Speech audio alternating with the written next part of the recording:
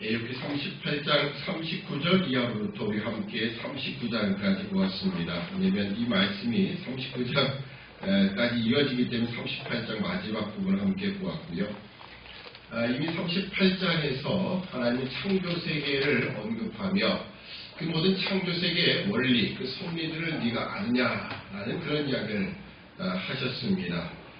특히 창조세계에서 사실 욥이 알만한 것들이 무엇이 있겠습니까?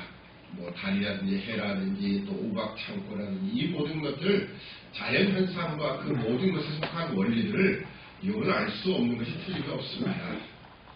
그러나 이 이제 동물들의 세계로 그 초점이 이제 옮겨지게 되는데요. 38장 39절 이하로부터 39장까지 있는 이야기 가운데 보면 물론 총 10마리의 동물이 등장합니다. 짐승이 등장하지만 5종류로 분류를 할 수 있습니다. 그래서 제가 주보에 5종류의 이런 짐승들로 분류해서 몇 가지 특징적인 이야기를 기록해 놓았습니다.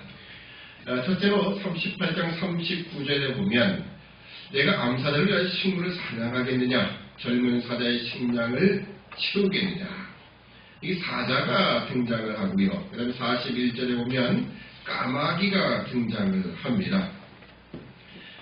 이 사자와 까마귀, 특별히 누가 그 사자와 또 까마귀 위해서 먹이를 준비해 주지는 않지요. 그렇지만 스스로 사냥감을 찾을 수밖에 없는 그런 겁니다.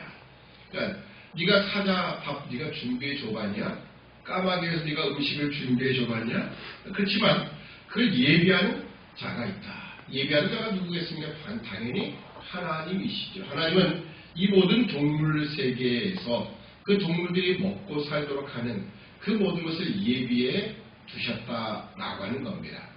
여기 뭐 까마귀 같은 경우에는 사실은 사체, 짐승의 사체에 까마귀가 가서 이제 동물들이 그 맹수들이 먹고 난 것들을 또 이렇게 자기가 취하게 되는.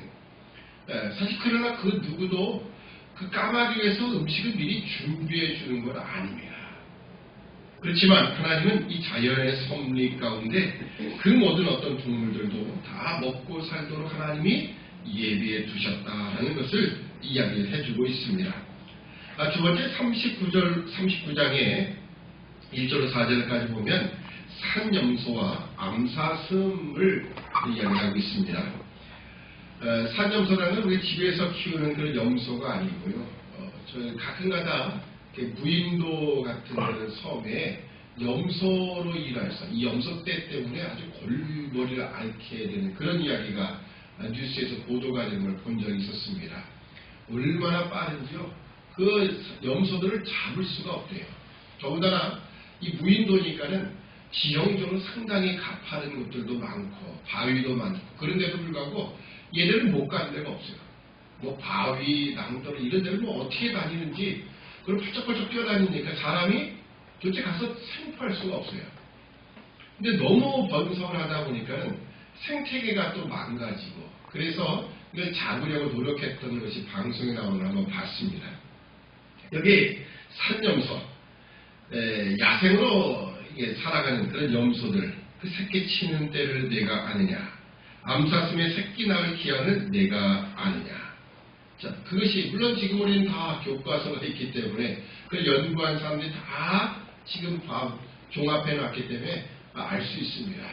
그래서 이때만 해도 산염소, 암사슴 이런 이렇게 야생으로 커가는 것들의 그 모든 언제 새끼를 베고 언제까지 임신했다가 낳는지 그거를 전혀 알 수가 없지요.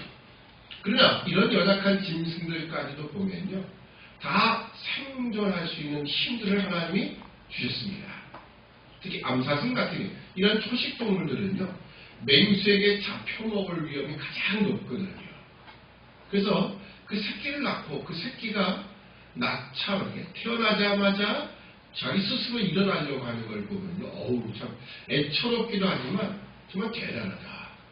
저러고서 어떻게 맹수에게 안 잡혀 먹을까 하는데도 불구하고 보면요, 그렇게 개체수가 많은 걸 보면 많이 살아남는다는 뜻 아니겠습니까? 그러니까 때를 아는 거죠. 물론 몇 마리 사자에게 희생당하는 법이 있을 겁니다. 그렇지만 나머지 또 많은 이 새끼들도 보면 태어나자마자 다리에 힘이 생기고 그리고 곧 얼마 있으면 뛰게 돼요. 참 대단합니다. 인간만이 제일 느린 것 같아요. 인간만 사람 구실을 하기까지는 적어도 20년이 걸리니 얼마나 참 인간을 늦습니까? 인간이 태어나서 그리고 걷기까지도 1년 가까이가 걸리는 거예요. 그렇다고 다 끝나는 겁니까? 1년 동안뿐만 아니라 1년 뒤에도 적어도 3, 4살 될 때까지는요. 부모의 돌봄 없이는 절대 살아갈 수 없는 게 인간입니다. 그런데 이 자연의 야생의 세계를 보면 그 연약한 동물들까지도 하나님이 다 살아가도록 하는 그 놀라운 섭리가 있다는 것을 보여주고 있습니다. 자, 이제 5절 이하부터 12절까지는 들나귀와 들소를 이야기하고 있습니다. 물론 나귀라는 것은 나귀는 사람들이 많이 다 기르고 이제 자기가 이제 훈련을 시켜서 짐을 나르는 그런 도구로 쓰지만 이 들나귀는 전혀 그렇지 않은 사람에게 매임과 되지 않은 그런 나귀들입니다. 이 들나귀를 놓아 5절에 누가 들나귀를 놓아 자유하게 하였느냐 누가 빠른 나귀에 매인 것을 풀었느냐 내가 들로 그 집을 짠 땅으로 그 사는 처소를 삼았느니라. 이 짠 땅이라는 것은 소금의 땅을 말하고요. 실제로 보면 들나귀는 성읍에 짓거리는 것을 업신여기니 어거하는 자의 지르는 소리가 그것에게 들리지 않으며 초장은 산으로 두루다니며 여러가지 푸른 것을 찾으니라. 그러니까 들나귀는 사람에게 매여 사람이 부리는 대로 짐을 싣고 운반해주고 사람을 태우고 그런 것과 전혀 상관없이 자기가 가고 싶은 곳을 마음껏 뛰어다니며 왕의 행차 그 어거하는 소리에 전혀 개의치 않고 전혀 들리지 않는 그곳을 다니면서 자기 먹을 것을 찾는다. 그런 이야기를 하고 있고요. 자, 9절을 보면 들소가 어찌 즐겨 내게 복종하며 내 외양간에 머물겠느냐 내가 능히 줄로 들소를 메어 이랑을 갈게 하겠느냐 그것이 어찌 골짜기에서 너를 따라 쓰레를 끌겠느냐 그것에 힘이 많다고 내가 그것을 의지하겠느냐 내 수고는 일 그것에게 맡기겠느냐 그것이 내 곡식을 집으로 실어오며 내 타작마당의 곡식 모기를 그것에게 의탁하겠느냐. 자, 야생 들소를 아무리 힘이 세도 통제할 수는 없습니다. 그것을 데려다가 내가 원하는 일에 힘을 쓰도록 할 수가 없다라는 겁니다. 여기 들나귀와 들소라는 것은 나름대로 인간에게 꼭 필요한 동물처럼 보이지만 그 통제할 수 없는 우리 인간이 통제할 수 없는 인간이 내 원하는 대로 그것을 대다가 힘을 쓸 수 없는 그런 존재다라는 것을 이야기해주고 있습니다. 물론 그런 동물이 이 세상에 한두 가지겠습니까? 여기 들소와 들나귀 뿐이겠습니까? 너무 많죠. 그렇지만 이제 대표적으로 두 짐승을 이야기하는 거고요. 13절부터 그 다음에 25절까지는 이제 네 번째로 타조와 전장의 말을 이야기를 합니다. 이 타조를 보면 13절 타조는 즐거이 그 날개를 침담하는 그 깃과 털이 인자를 베푸느냐. 이 타조가 이 날개를 펴면요 상당히 이 날개가 크기 때문에요 엄청 큰 동물처럼 느껴집니다. 제가 전에 한번 그런 소개를 해드리는데 제가 외가댁에 갔었을 때 타조를 키우시더라고요. 타조를 키우는데요 타조가 도둑 잡는 데는 최고랍니다. 타조가 그런지는 몰랐어요. 근데 그 날개를 펴고 타조가 크잖아요. 그래도 동물 다리도 길고 덩치도 큽니다. 근데 그 날개를 펴고요. 그러면요 보통 제가 이제 어렸을 때 갔으니까 기억에는 타조가 저보다 훨씬 더 컸죠. 머리까지 다리도 길죠. 몸집이나 머리까지 이렇게 목이 긴 상태로 올라오니까요. 되게 큰 동물이었어요. 근데 그것이 날개를 피고 한번 탁 하고 하면요. 정말 그 앞에 두려워서 도망갈 수밖에 없습니다. 그 타조를 제가 그렇게 가까이서 본 적이 있었는데 동물원에서 빼고요. 여기 즐거이 그 날개를 친다만 그 빛과 털이 인자를 베푸느냐. 그러니까 위협적일 수밖에 없다. 그런 얘기를 하는 겁니다. 근데 이 타조의 그 성질을 보면 타조가 얼마나 머리가 나쁘다고 하나님 이렇게 만드셨기 때문에 그렇죠. 타조는요, 자기 새끼, 그 알을 낳고도 그냥 또 땅속에 묻어두고 끝입니다. 돌보지도 않아요. 거기에 누가 밟고 지나가는 동물이 지나가면서 깨뜨리고 전혀 개의치 않습니다. 그냥 알을 낳으면 끝이에요. 모래속에 파묻고 가버립니다. 뭐 그런 동물이 또 있죠. 바다 거북을 보면, 그 거북도 보면 육지에 와서 모래밭에다가 알을 갖다 다 잔뜩 놔놓고 자기는 가버려요. 그리고 새끼들이 스스로 부화해 나오다가 뭐 동물들 먹이가 되기도 하고 바다로 돌아가서 또 먹이가 되기도 하고 그러다가 살아남은 몇 마리만 또 먼 바다까지 가서 또 그런 큰 거북이로 성장을 하는 겁니다. 그러니까 거북이도 그렇더라고요. 자기 새끼를 알을 낳고 돌보지 않는 그런 또 한 종류인 것 같아요. 근데 이 타조는 바로 그런 면에서는 머리가 나쁘다라고 할 수 있지만 그 용맹함, 그 모든 것들. 그래서 18절에 보면 그러나 그 몸을 떨쳐 뛰어갈 때에는 말과 그 탐자를 경히 여기니라. 타조도 빠르기가 엄청 빠릅니다. 그러니까 이런 모든 것들을 보면 자연의 세계 속에 하나님이 만들어주신 그 섭리들을 보면 우리 인간이 가히 측량할 수 없고 그 지혜를 또 가늠해 볼 수도 없고 또 그 용맹함이라든지 또는 그 빠르기 이 모든 것에 비하면 사람들은 너무 참 미약한 존재다라는 것을 느끼게 됩니다. 자, 19절 이하로 25절까지 말, 특히 이 전장의 말을 소개를 하는 겁니다. 일반적인 말은 아니고요.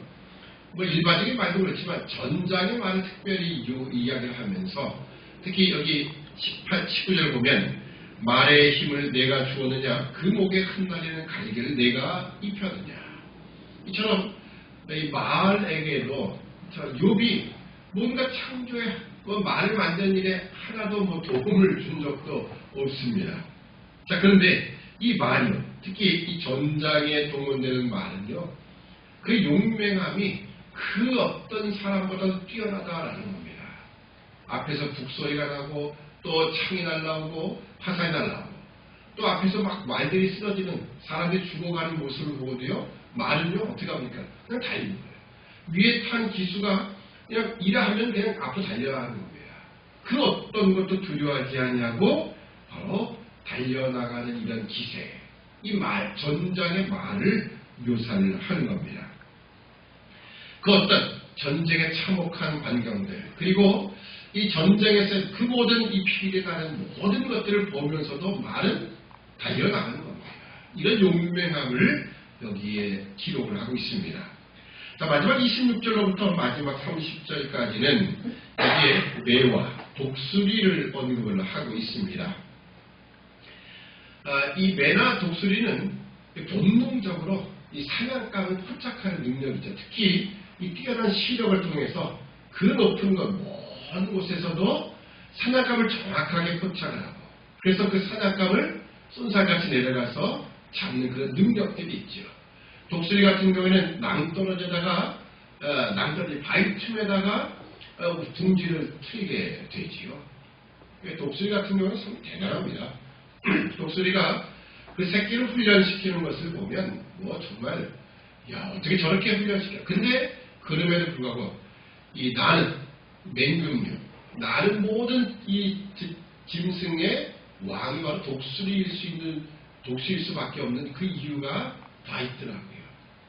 그만큼 이 독수리는요, 또는 매는 모든 것들을 다 통과하는 인간보다 훨씬 더 뛰어난, 특히 과거로 가면 지금은 인간이 비행기를 만들어냈고 뭐 타는 기구들을 만들어내서 인간들도 하늘을 날아가지만 사실 날 수 없었던 그 시대의 새를 보면요 정말 저런 새처럼 날아오면 날아왔으면 결국 그래서 라이트 형제가 비행기를 발명한 거 아닙니까?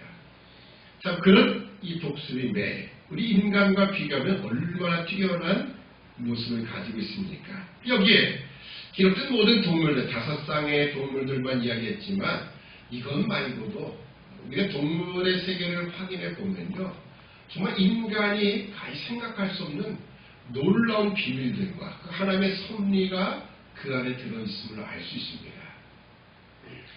저는 이렇게 동물의 세계 같은, 동물의 세계, 그 동물 다큐 같은 걸 잘 이렇게 즐겨보는데, 특별히 이렇게 뭐, 예고편에서 이런 것들이 나오면, 저거 꼭 봐야겠다. 혹시라도 시간을 치면, 뭐 어떤 재방송을 틀어서라도 꼭 봅니다. 보면 너무 신비한 것들이 많아요. 특히 동물의 세계. 그러면서 무엇을 보느냐? 오늘 사실 하나님이 욥기 안에서도 이런 말씀을 하시는 것을 보면, 인간도 보면 하나님이 만드신 피조물에 불과하다라는 거지요. 너 봐라. 너는 지혜가 있다고. 너 인간들 지혜가 있다고 그렇게 우쭐대고 하나님 앞에 내가 뭔가 항변하고 하나님과 한번 따져보겠다고 하지만 너 동물들 세계에 관한 너 뭐 아는 거 있느냐? 라는 거죠. 이 피조물의 세계, 미물과 같은 그리고 인간은 만물의 영장이라고 해서 우쭐대지만 이 동물의 세계에 흐르는 그 모든 하나님의 창조 섭리를 내가 아느냐라고 하는 겁니다. 그러니까 우리가 피조물 앞에, 이 피조 세계 앞에서 우리 인간이 결코 교만할 수 없고 겸손해야 한다는 겁니다. 저도 이 동물의 세계라는 다큐 같은 걸 보면 참 인간은 저런 어떤 미물들도 저런 능력을 가지고 있을까라고 할 정도입니다. 저는 제가 뱀을 소개해드린 적이 있었죠. 뱀이 얼마나 지혜로운지요. 그래서 성경에 뭐래요? 뱀처럼 지혜롭고 비둘기처럼 순결하라 이런 말씀이 있죠. 뱀이 얼마나 지혜로운가. 정말 지혜롭습니다. 뱀은요. 물론 뱀도 종류가 많겠지만 특히 이 뱀은 사냥을 할 때 특히 독사 같은 경우에는요. 물어서 독을 갖다가 주입해 놓고 딱 끝나버립니다. 그래서 저 동물이 기절할 때까지 가만히 기다리는 거예요. 그러니까 처음에 작업은 저 동물이 내 사냥감이 가까이 와서 근접한 자리까지 왔을 때 딱 가서 단번에 가서 딱 이빨로 돈 갖다 집어넣는 그 역할만 하는 걸 보면요.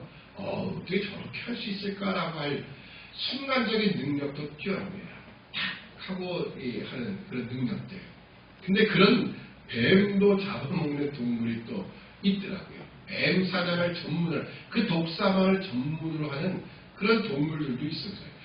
어떻게 저런 동물들은 우리가 그렇게 무서워하는 뱀도 쉽게 저렇게 사냥을 할까 할 정도입니다. 그러니까 이 자연세계는 하나님이 만드신 이 세계 속에는 얼마나 뛰어난 그 하나님의 섭리, 창조 섭리가 다 녹아 들어가 있어요. 우리가 자연을 볼 때, 저는 그 다큐를 보면서 늘 그런 걸 보게 됩니다. 그러면, 우리 인간이 그렇게 교만할 수가 없다라는 걸 느낍니다. 능력 차원에서만 본다면, 인간은 동물을 따라갈 수가 없어요.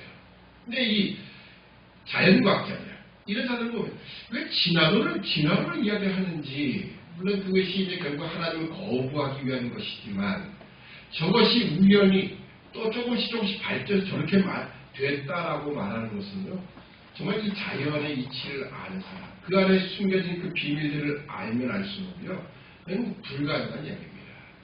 저것이 조금씩 진화돼가지고 이렇게 다. 여러분, 인간은 그러면 얼마나 진화된 동물이겠습니까? 인간은요, 그 어떤 동물들을 가지고 있는 그 모든 능력들을 다 가지고 있어야 맞습니다. 인간은 마음껏 하늘로 날아야 되고요. 동물들이 가진 모든 것들을 다 가지고 있어야 말이에요. 그래야 가장 상위의 포식자처럼 가장 진화된 위치에 있는 것 아니겠습니까? 근데 그렇진 않아요. 인간은 어떻게 보면 이 자연 속에 있는 동물들보다도 못한 것이 훨씬 더 많습니다. 그럼에도 불구하고 인간은 하나님의 형상을 따라 지음받았다. 그리고 이 자연을 향하여 하나님이 생육하고 번성하여 땅에 충만하며 땅을 정복하고 다스리라는 그 명령을 받았기에 우리는 청지기로서 살아가고 있는 겁니다. 이 코로나19가 이제 이 팬데믹 현상이 나타나면서 이제 코로나에 대한 책들이 이제 많이 나오더라고요. 제가 코로나에 관한 책을 2권을 구입을 했습니다. 그래서 좀 읽어보는 가운데 있습니다.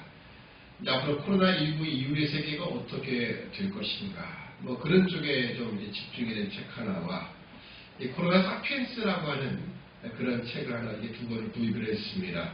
물론 거기는 둘 다 이 자연적인 사회와 자연적인 현상에 관한 앞으로의 추측과 예측이 될 것입니다. 성경적인 건 없어요. 그렇지만 제가 그런 책을 산 것은 뭐냐면, 물론 이제 앞으로 코로나19에 관한 책이 이 신앙적인 면에, 교회적인 면에 나온 책은 없어요. 담보로 나온 아주 조그만 소책자로 나온 걸 하나 제가 이제 인터넷상으로 보게 되었는데, 그래서 앞으로 교회가 어떻게 될 것인가라는 그런 측면의 이야기였고요. 어떻게 보면 제가 몇 주 동안 설교를 드렸던 코로나19와 관련된 신앙적인 부분들은 제가 설교로 몇 번 했다라고 느낍니다. 뭐 저도 기회가 되면 그러면 책을 내도 괜찮겠다는 생각이 너무 짧아서 책 내기 너무 분량이 안 될 것 같고. 근데 이 앞으로 코로나19를 어떻게 내다보는 모든 사람들이 바라보는 그 코로나 현상에 관한 이야기 가운데 보면요, 이런 문제점을 지적합니다. 인간이 자연을 너무 훼손했다라는 겁니다. 자연을 너무 훼손했다. 그리고 인간이 이 자본주의의 영향을 받아서 그 물질로 가는 것 때문에 공장이 생기고 인구가 집중화되고 이런 것들이 다 결국은 이 코로나19를 팬데믹 현상으로 만들어냈던 주범들이죠. 결국은 인간이죠. 코로나19는 결국 인간이 만들어낸 것이다, 이렇게 얘기를 합니다. 물론 이것은 그런 코로나에 관련된 과학자들, 미래학자들이 하는 이야기입니다. 그러나 오늘도 우리가 확인해 볼 수 있는 것은 인간이 너무 교만했다라는 겁니다. 성경적으로 가면 우리가 청지기적 사명이 있음에도 불구하고 그 청지기적 사명을 감당하지 못한 채 결국은 우리가 교만함에 빠졌기 때문에 결국 오늘날 이 코로나19 팬데믹이 나타난 것이다, 그런 겁니다. 오늘 제가 욥기 38장 39장을 보며 이 동물들 앞에서 인간은 만물의 영장이라고 또 하나님의 형상을 따라 지음받은 존재이지만 동시에 우리도 피조물에 불과하다. 피조물에 불과할 뿐만 아니라 우리는 어떻게 보면 어떤 개인의 한 능력을 따져보아서 이 동물들보다 훨씬 못하다는 것을 느끼게 됩니다. 물론 여기 뭐 들락이라든지 이 암사슴 또는 들소 이런 존재들 개인적으로 보면 인간이 좀 나을 것도 있겠죠. 전체적으로 보면. 그렇지만 그 능력들을 보면 하나님이 다 나름대로 살아가게끔 하시고 하나님의 그 창조 섭리 안에 그리 다 적응하며 살도록 하셨다라는 거예요. 그런 면에서 볼 때 우리 인간도 결코 교만할 수 없다라는 거예요. 앞으로도 그럴 겁니다. 코로나19뿐만 아니라 그 어떤 것 앞에서도 우리 인간은 이 세상 앞에, 이 동물들 앞에 결코 교만해서는 아닐 것입니다. 겸손하되, 특별히 오늘 우리가 비록 이런 부족한 능력을 가지고 있지만 하나님께서 가장 사랑하시는 그리스도를 통하여 구속을 허락하셔서 그의 백성 자녀가 된 우리들은 우리가 얼마나 큰 은혜를 받은 존재인가, 이것을 늘 확인하며 겸손함에 이르는 우리 모두가 되어야 할 것입니다. 기도하겠습니다. 사랑의 아버지 하나님, 은혜와 사랑을 참으로 감사합니다. 이 피조세계 동물들을 바라보면서 동물들은 나름대로 우리 인간보다 더 뛰어난 능력들을 가지고 있음을 우리가 보게 됩니다. 또 그들의 능력은 우리 인간이 마음껏 쓸 수 없는 우리의 한계성으로 느끼게 되며 특별히 코로나19를 통하여서 우리 인간이 이 자연세계를 향하여 하나님 만드신 이 창조세계와 이 자연 만물에 대해 얼마나 교만한 삶을 살았던가, 하나님이 허락하셨던 청지기적 삶을 살지 못한 채 교만함에 빠져서 결국 세상 물질로 치우쳤던 우리의 모습들, 하나님은 이것을 이 코로나19를 통하여 하나님 다스리시고 다시 한번 깨닫게 하심을 우리가 바라보게 하셔서 오늘 우리가 하나님 앞에 피조물로서 우리가 겸손할 수밖에 없음을 고백하며 나아가서 이 피조물, 이 동물들보다 더 못할 수 있었던 우리들이 하나님의 택한 백성 자녀된 그 영광된 자리에 이름을 다시 한번 기억하며 늘 하나님 앞에 겸손한 믿음의 백성들로 살아갈 수 있도록 은총을 더하여 주시옵소서. 감사하오며 예수님의 이름으로 기도드립니다. 아멘.